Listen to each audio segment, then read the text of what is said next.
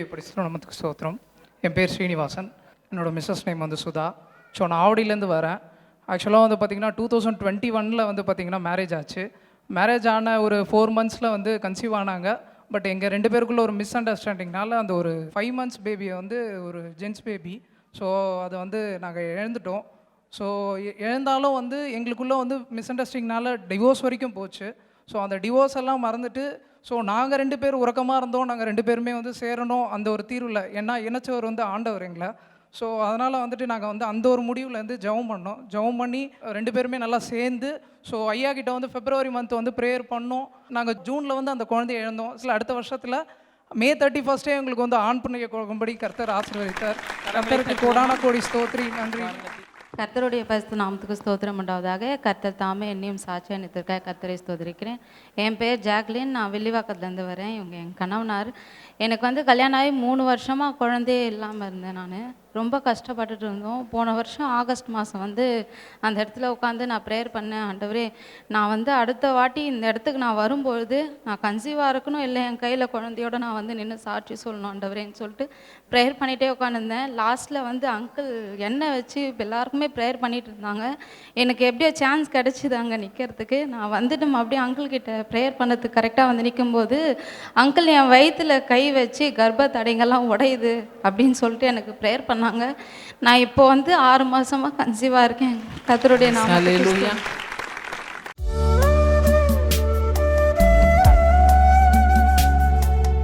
கிறிஸ்துவுக்குள் மிகவும் பிரியமான எனதர்மை சகோதர சகோதரிகளே, நம்மை சிருஷ்டித்தவரும் நம்மை உண்டாக்கினவரும் நம்மை ஒருபோதும் மறந்து போகாதவருமாகிய இயேசு கிறிஸ்துவின் இணையற்ற நாமத்தினாலே உங்கள் எல்லாரையும் வாழ்த்தி ஆசீர்வதிக்கிறேன். அல்லேலூயா. எல்லாரும் சந்தோஷமா இருக்கீங்களா? இந்த நாளிலும் ஆண்டவருடைய பாதப்படியில் அமர்ந்து, ஆண்டவரே, இந்த புதிய வருஷத்தில் என் பிள்ளைகள் உம்முடைய மங்கள வார்த்தைக்காக ஏங்கி வருவார்கள். என்ன வார்த்தை சொல்லி என் பிள்ளைகளை ஆசீர்வதிக்க விரும்புகிறேன்? ஆசையாய் வருகிற என் பிள்ளைகளுக்கு என்ன வார்த்தையோடு எதிர்கொண்டு வந்து என் பிள்ளைகளை ஆசீர்வதிக்க விரும்புகிறேன்? தேவ சமூகத்திலே ஜெபத்திலே தரித்திருந்த பொழுது நம்மை ஆசீர்வதிக்கும்படி கர்த்தர் கொடுத்த மங்கள வார்த்தை சங்கீதம் 21:3. உத்தம ஆசீர்வாதங்களோடு நீர் அவருக்கு எதிர்கொண்டு வந்து அவர் சிரசில் பொற்கிரீடம் தரிப்பிக்கிறேன்.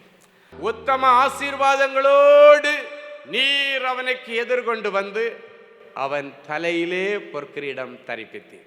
ஸோ ராஜ வாழ்க்கை, அந்த ராஜ வாழ்க்கையை பெற்றுக்கொள்வதற்கு ஆண்டவருடைய பிள்ளைகள் எப்பொழுதும் உத்தமமாக நடக்கணும். உத்தமனுக்கு முதலாவது கர்த்தர் துணை. 2வது ஆண்டவர் உத்தமமாக நடந்தால் உனக்கு என்ன ஆசீர்வாதம்னா, நன்மையான ஈவுகளை கொடுத்துக்கிட்டே இருப்பார். துணையாக இருக்கிறது மட்டுமல்ல, நன்மையான ஈவுகளை கர்த்தர் கொடுப்பார். சங்கீதம் 84:11 சொல்லுகிறது, வாசிப்போமா? தேவனாகிய கர்த்தர் சூரியனும் கேடகமுமானவர். கர்த்தர் கிருபையையும் மகிமையையும் அருளுவார். உத்தமமாய் நடக்கிறவர்களுக்கு நன்மையை வழங்காது இரார். அப்படின்னா என்ன அர்த்தம்னா, உத்தமமா நடந்தா நன்மையை அள்ளி அள்ளி போட்டுக்கிட்டே இருப்பார். போதும் போதுன்னு சொல்ற அளவுக்கு. அல்லேலூயா சொல்லுங்க. உத்தமமாய் நடப்பவர்களுக்கு நன்மையை கண்டிப்பாக வழங்குவார். இன்னைக்கு என்ன நன்மையை எதிர்பார்த்து வந்திருக்கிறீங்க? வேதம் சொல்லுகிறது, நன்மையான எந்த ஈவும் பூரணமான எந்த வரமும் பரத்திலிருந்து உண்டாகி ஜோதிகளின் பிதாவிடத்திலிருந்து வரணும். என் அன்பு தேவனுடைய பிள்ளைகளே, இன்னைக்கு ஒருவேளை பல வருஷமாக உங்களுக்கு ஒரு அரசாங்க உத்தியோகம் அப்படின்ற வேலை இல்லாமல் இருந்திருக்கலாம். பல வருஷமாக திருமண வாழ்க்கை தடைப்பட்டு இருக்கலாம். பல வருஷமாக பிள்ளை பாக்கியம் என்கிற ஆசீர்வாதம் தடைப்பட்டிருக்கலாம். இன்னைக்கு அது எல்லாத்தையும் ஆண்டவர் இன்னைக்கு உங்களுக்கு கொடுக்க போறார். ஹல்லேலூயா. எத்தனை பேர் ஆமேன்னு சொல்ல முடியும்? வயசுக்கெல்லாம் அப்பாற்பட்ட அற்புதம் செய்கிறவர் நம்முடைய ஆண்டவர். ஹல்லேலூயா. என் அன்பு தேவனுடைய பிள்ளைகளே, உத்தமமாய் நடக்கிறவர்களுக்கு கர்த்தர் நன்மையை கொடுக்காம இருக்க மாட்டாரா?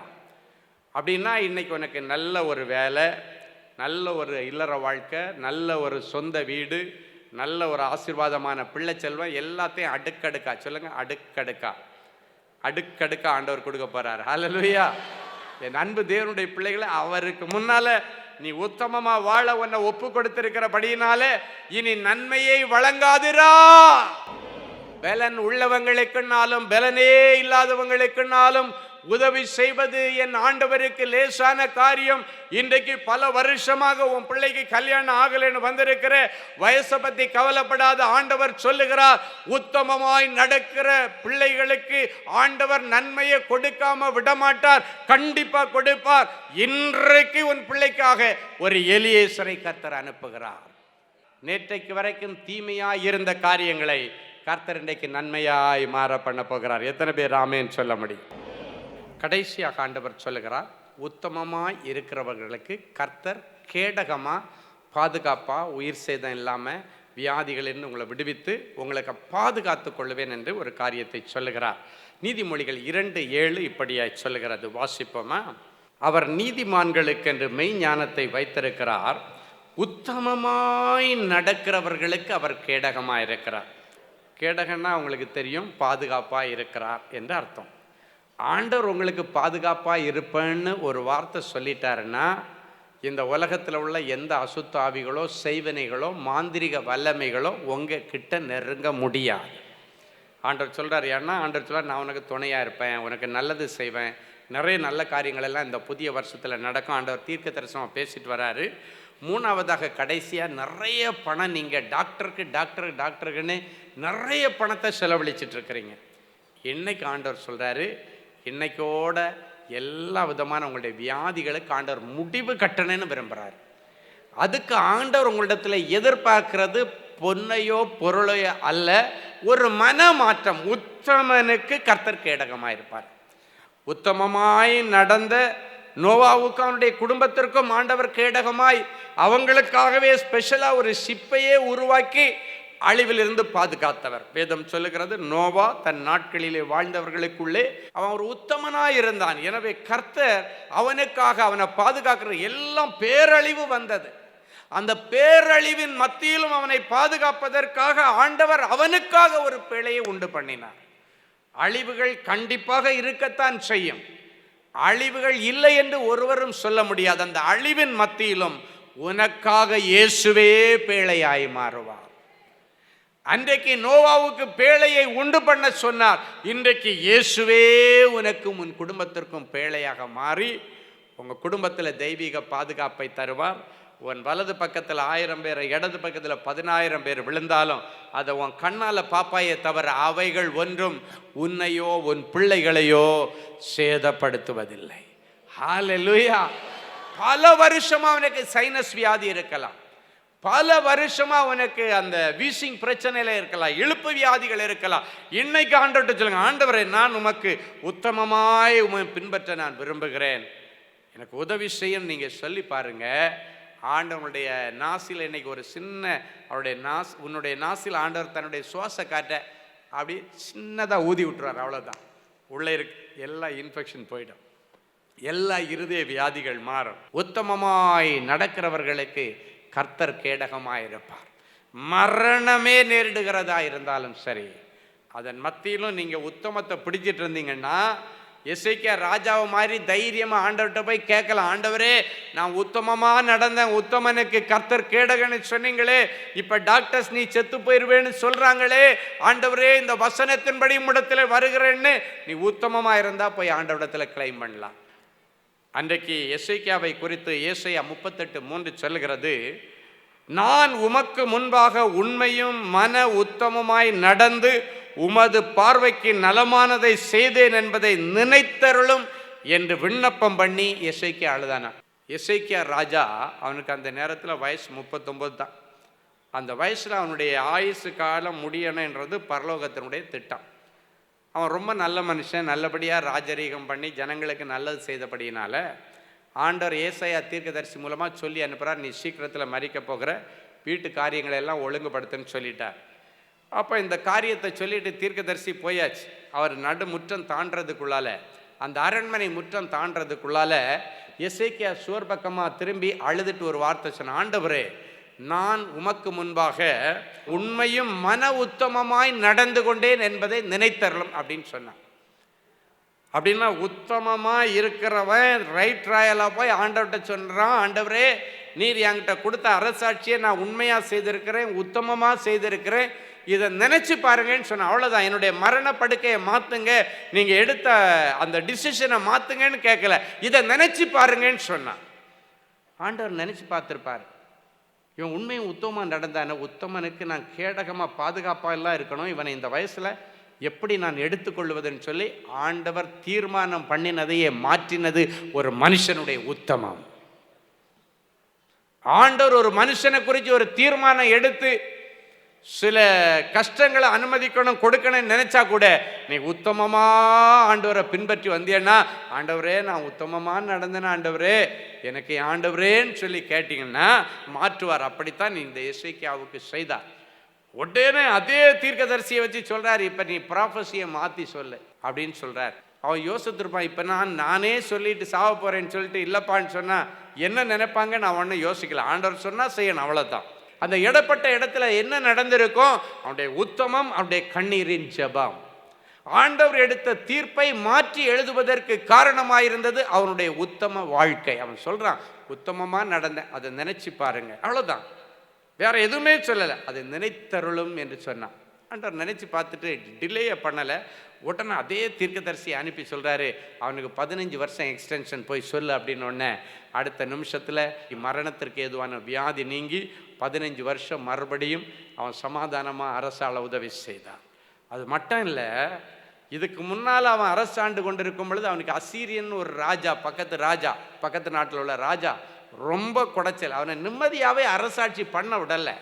ஆனால் ஆண்டவர் எக்ஸ்டென்ஷன் கொடுக்கும் பொழுது சொல்கிறாரு, மீதி இருக்கிற 15 வருஷமும் அந்த அசீரியன் உன் வாழ்க்கையில் நீ எழும்புவதில்லைன்னு சொன்னான். நீ உயிரோடு இருக்கிறது வரைக்கும் அவன் தொல்லை இருக்காது, பீஸ்ஃபுல்லாக போய் வாழை. இன்னைக்கு ஆண்டவர் சொல்கிறாரு, உன் வாழ்க்கையில் எத்தனை அசீரியர்கள் உனக்கு எதிராக இருந்தாங்களோ அவன் குடைச்சலுக்கெல்லாம் முடிவு வந்து இனி நீ உயிரோடு இருக்கிற நாள் வரைக்கும் ஒருவனும் உனக்கு முன்பதாக எதிர்த்து நிற்காமல் ஆண்டவர் உனக்கு பக்கபலமாக இருந்து உனக்கு நல்ல நீடிய ஆயுசை கொடுத்து உங்களை ஆசீர்வதிக்க போகிறார். ஹல்லேலூயா, ஹல்லேலூயா. என் அன்பு தேவனுடைய பிள்ளைகளை, நிறைய கனவுகளோட புதிய வருஷத்தில் வந்திருக்கிறீங்க. இன்னைக்கு நிறைய வியாதிகளோட அநேகர் உட்கார்ந்து இருக்கிறீங்க, மரண பயத்தோடு உட்கார்ந்து இருக்கிறீங்க. ஆயுசு ஃபுல்லாக மாத்திரை சாப்பிடணுன்னு சொல்லிட்டாங்க, ஆயுசு ஃபுல்லாக எனக்கு இந்த வியாதி இருக்குன்னு சொல்லிட்டாங்க, இல்லைன்னா இவ்வளவு நாள் தான் நீ உயிரோட இருப்பேன்னு சொன்னாங்க. நீங்கள் கண்ணீரோடு வந்திருக்கலாம். இன்னைக்கு ஆண்டவர் சொல்றார், உன் கண்ணீரை கண்டு உன் விண்ணப்பத்தை கேட்டு உன் மேலே மனம் இறங்கி உன்னுடைய சரீரத்தில் உள்ள எல்லா வியாதியும் ஆண்டவர் மாற்றுவார். யூட்ரஸில் கட்டி இருக்கா, இல்லைன்னாச்சுன்னா தீராத உதிரப்போக்கோடு வந்திருக்கிறீங்களா, பிரெயினில் பிரச்சனை இருக்கா, ஞாபக சக்தி போயிடுச்சா, சரியாக நடக்க முடியலையா, வயிற்றில் கட்டியா, இல்லைன்னாச்சுன்னா பிரெயினில் ஏதாவது பிரச்சனையா, கிட்னி பிரச்சனையா, இல்லைன்னா லங்ஸு இன்னும் சரியாக கோஆப்ரேட் பண்ண மாட்டேங்குதா, இருதய வியாதியா, எதுவாக இருந்தாலும் இன்றைக்கு ஆண்டவர் சொல்கிறார், உத்தமனுக்கு கர்த்தர் கேடகமாயிருப்பார். அவனுடைய எல்லா வியாதிகளுக்கு விலக்கி பாதுகாக்கும்படி கர்த்தரே அவனுக்கு பாதுகாப்பாக இருப்பார். ஒரு நாள் ஆபிரகாமை பார்த்து சொல்லுகிறார், ஆபிரகாமே ஆபிரகாமே, நான் உனக்கு கேடகமும் மகாபரிய பலனுமாயிருப்பேன். அதனால தான் அவன் அத்தனை வருஷம் உயிரோட வாழ்ந்தான். இன்னைக்கு உங்களை பார்த்து சொல்ல, நான் உனக்கு கேடகமும் மகாபரிய பலனுமாயிருக்கிறேன். நான் தான் உன் ஸ்ட்ரென்த்துன்னு ஆண்டவர் சொல்கிறார். நான் தான் உன் ஸ்ட்ரென்த். என்ன வியாதி இருந்தாலும் இன்னைக்கு தைரியமாக போங்க. உங்கள் எல்லாருடைய தலையில் இன்னைக்கு ராஜரீக அபிஷேகத்தை ஆண்டவர் ஊற்றி அனுப்ப போகிறார். ஹல்லேலூயா. எல்லாரும் அப்படியே எழுப்பி நின்று தேவ சமூகத்தை நோக்கி பார்ப்போம். ஹல்லேலூயா. உத்தம ஆசீர்வாதங்களோடு நீர் எங்களுக்கு எதிர்கொண்டு வந்து எங்கள் சிரசிலே பொற்கிரீடத்தை தரிப்பித்து நான் உனக்கு துணை நிற்கிறேன் என்று சொன்னதற்காய் நன்றி. நான் உனக்கு நன்மையை வழங்காதிரேன், உனக்கு நன்மையை செய்வேன் என்று சொன்னதற்காய் ஸ்தோத்திரம். உனக்கு கேடகமாக பாதுகாப்பாக இருப்பேன் என்று என் பிள்ளைகளுக்கு நீர் கொடுத்த உத்தரவாதத்திற்காய் ஸ்தோத்திரம். உத்தமமாய் உம்மை பின்பற்றி வந்த காலேபுக்கு கால் மிதித்த தேசத்தை கொடுத்த தெய்வமே, அவனுக்கும் அவன் பின்வரும் சந்ததிக்கும் கொடுத்த தேவனே, என் பிள்ளைகள் எந்த தேசத்திலே கால் மிதித்து இந்த தேசத்தின் பிரஜையாய் நான் மாற வேண்டும் என்று கேட்டுக்கொண்டிருக்கிறார்களோ அந்த தேசத்திற்கு இவர்களுக்கு பிரஜையாகிற பாக்கியத்தை தருவீராக. கால் மிதித்திருக்கிற தேசத்தை உனக்கு கொடுப்பேன். நீ கால் மிதித்திருக்கிற வீட்டை உனக்கு நான் கொடுப்பேன். நீ கால் சுத்தி வருகிற இடத்தை நான் உனக்கு கொடுப்பேன். நீயோ உண்மையாயிரு, நீ உத்தமனாயிரு என்று சொன்னீர். ஆண்டவரே, என் பிள்ளைகள் இந்த நிமிஷத்தில் எந்த பாவத்திற்கு அடிமைகளாயிருந்தாலும் உம்முடைய கல்வாரியின் திரு ரத்தம் இவர்கள் மேல விழுந்து இவர்கள் அக்கிரமங்களை எல்லாம் மன்னித்து இவர்களை உத்தமனாக உத்தமிகளாக நீர் மாற்றினதற்காக ஸ்தோத்திரம்.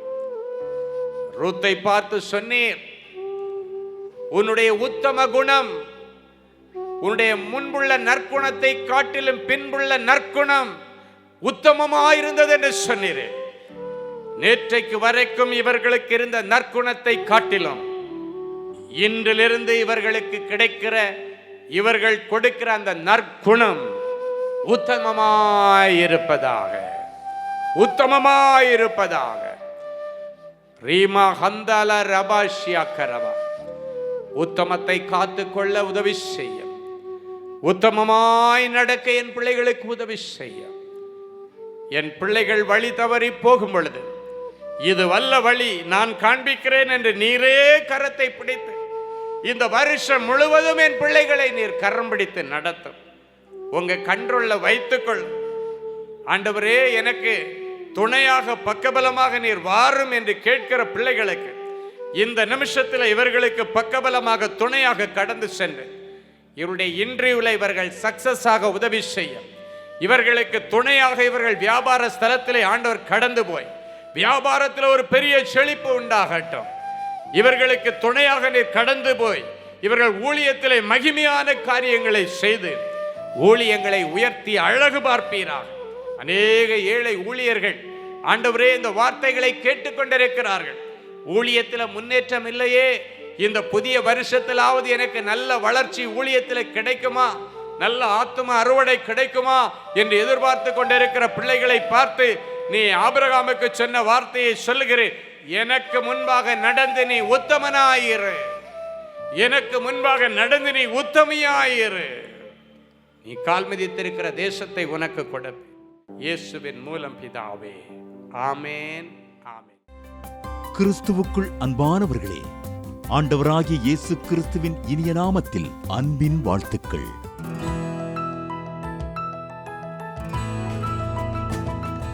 எங்களுடைய மார்வெல் திருமண தகவல் மையத்தை ஆன்லைன் சேவை மூலம் உங்களுக்கு அறிமுகப்படுத்துவதில் நாங்கள் மிகுந்த மகிழ்ச்சி அடைகிறோம். எங்களது மார்வெல் திருமண மையம் கிறிஸ்தவ குடும்பத்தில் திருமணத்திற்கு ஆயத்தமாயிருப்பவர்கள் தங்களுக்கு ஏற்ற வாழ்க்கை துணையை தேர்ந்தெடுக்க சிறந்த திருமண சேவை மையமாக இருக்கிறது.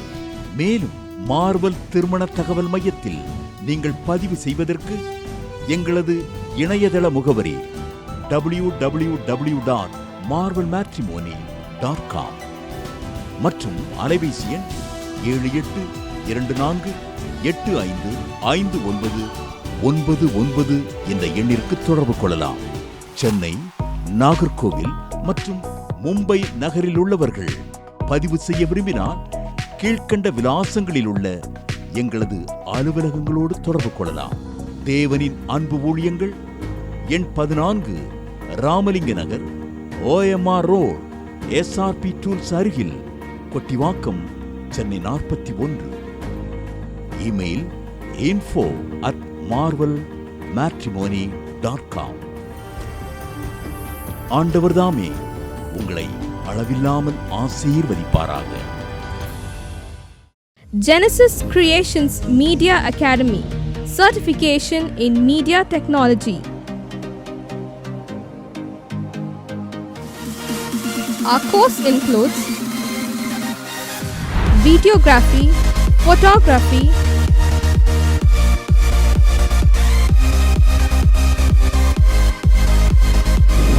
live video mixing,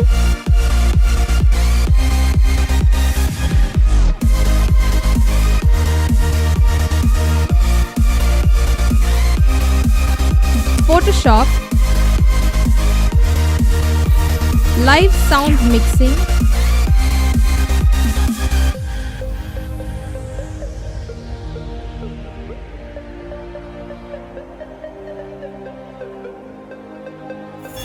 drone cinematography,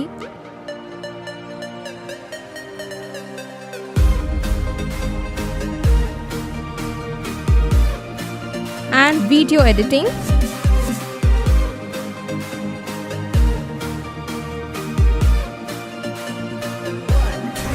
Praise the Lord. I welcome you all on behalf of Genesis Creations Media Academy. இந்த கோர்ஸ் நாங்கள் ஸ்டார்ட் பண்ணதுக்கான மெயின் ரீசன்ஸ் பார்த்தீங்கன்னா 3 பெனிஃபிட்ஸ் இருக்குங்க. ஃபர்ஸ்ட் பெனிஃபிட் பார்த்தீங்கன்னா இந்த கோர்ஸ் வந்து ஜஸ்ட் 3 months கோர்ஸ் தான். நீங்கள் 3 months இந்த கோர்ஸை நீங்கள் படித்து முடிச்சிடலாம். செகண்ட் பெனிஃபிட் பார்த்தீங்கன்னா இது வந்து ரொம்ப காஸ்ட் எஃபெக்டிவ். ஸோ நீங்கள் ஈஸியாக அஃபோர்ட் பண்ணி இந்த கோர்ஸை நீங்கள் படித்து முடிக்கலாம். மூணாவது பார்த்தீங்கன்னா இங்கே வந்து professional teaching with professional equipments கொடுக்குறோம். ஸோ நீங்கள் ஃப்யூச்சரில் எங்கேயாவது போய் ஜாப் ஜாயின் பண்ணாலும் சரி, இல்லை நீங்கள் வந்து பிஸ்னஸே ஆரம்பித்தாலும் சரி, அந்த ப்ரொஃபஷனல் எக்யூப்மெண்ட்ஸை ஹேண்டில் பண்ணுறதுக்கான ப்ரொஃபஷனல் ட்ரைனிங் நாங்களே உங்களுக்கு கொடுத்துருவோம். ஸோ நீங்கள் கோர்ஸ் முடிச்சுட்டு வெளியே போகும்போது உங்களுக்கு ஜாப் கைடன்ஸ் அண்ட் இன்டர்ன்ஷிப் நாங்களே கொடுத்துருவோங்க. ஸோ இதுக்கும் மேலே உங்களுக்கு ஏதாவது டீட்டெயில்ஸ் வேணும்னா நீங்கள் ஸ்டாஃபை காண்டாக்ட் பண்ணலாம். உங்களுக்கு எல்லா டீட்டெயில்ஸும் கொடுப்பாங்க. வாங்க நம்ம கிளாஸ் ரூமில் சந்திக்கலாம். தேங்க்யூ.